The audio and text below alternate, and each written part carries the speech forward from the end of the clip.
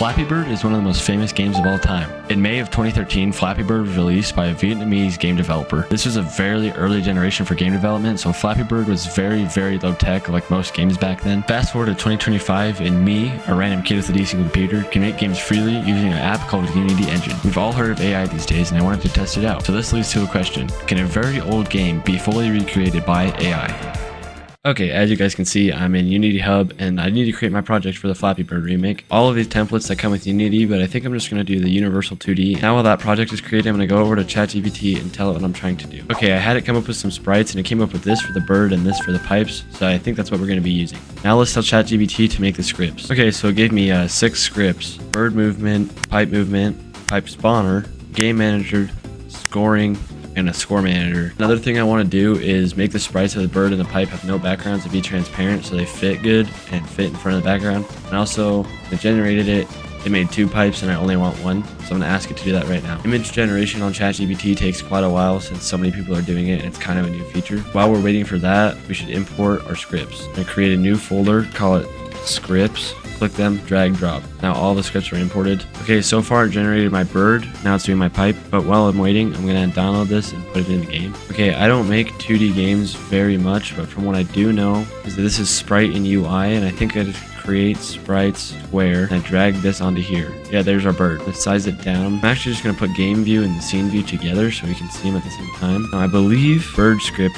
just goes on, has to have a rigid body and a flap sound. Go ahead and add a rigid body 2D. Put it on here. For flapping noise, I say we just put on just an average game sound, so I'll just look at the game.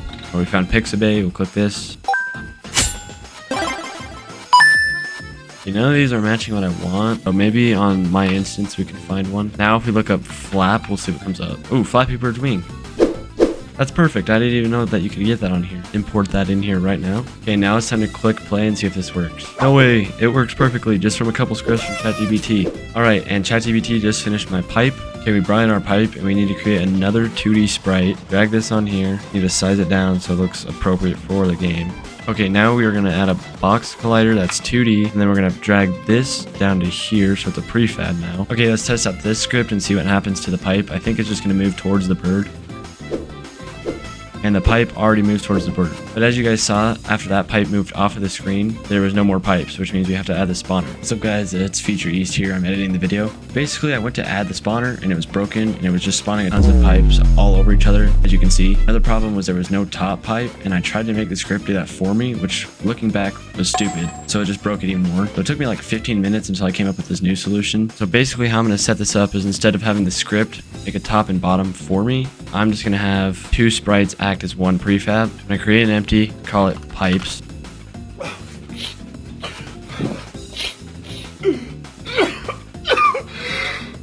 I'm going to copy and paste it, drag it up, flip it around so it looks like there's a top one now. Make sure the bird has enough space to actually get through them. Okay, so now these are just going to be called pipes. And then the pipe spawner, let's go back to our original script of the pipe spawner. Okay, now let's see what happens when I press play.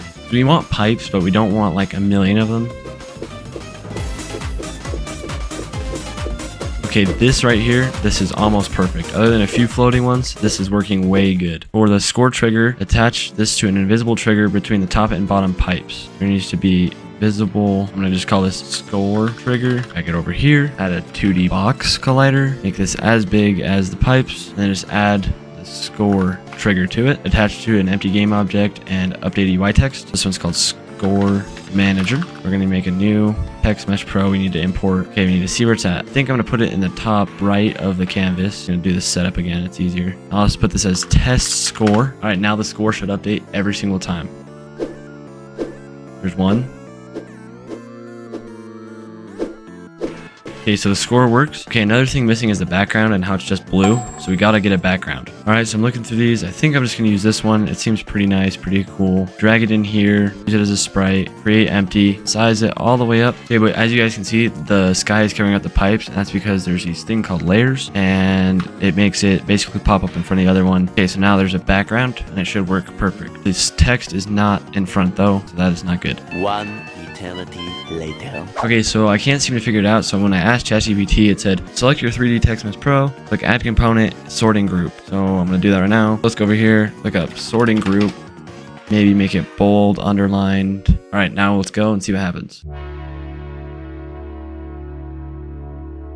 Works perfectly. The scores work, the Flappy Bird works. The only thing that doesn't happen yet, when you hit a pipe, it gets rid of your score and kills you. Now I think I'm just going to keep the game how it is. Might make a part 2 to this because I really enjoyed recording it. And in the next part, I'm going to add deaths, probably a restart screen, maybe a pause screen. But if you guys enjoyed this video, recreating Flappy Bird with AI, make sure you guys drop a like, subscribe, really helps me out a lot, and comment down below if you guys have any other games you want me to recreate. Thank you so much for watching. I appreciate it, and I'll see you guys all in the next one.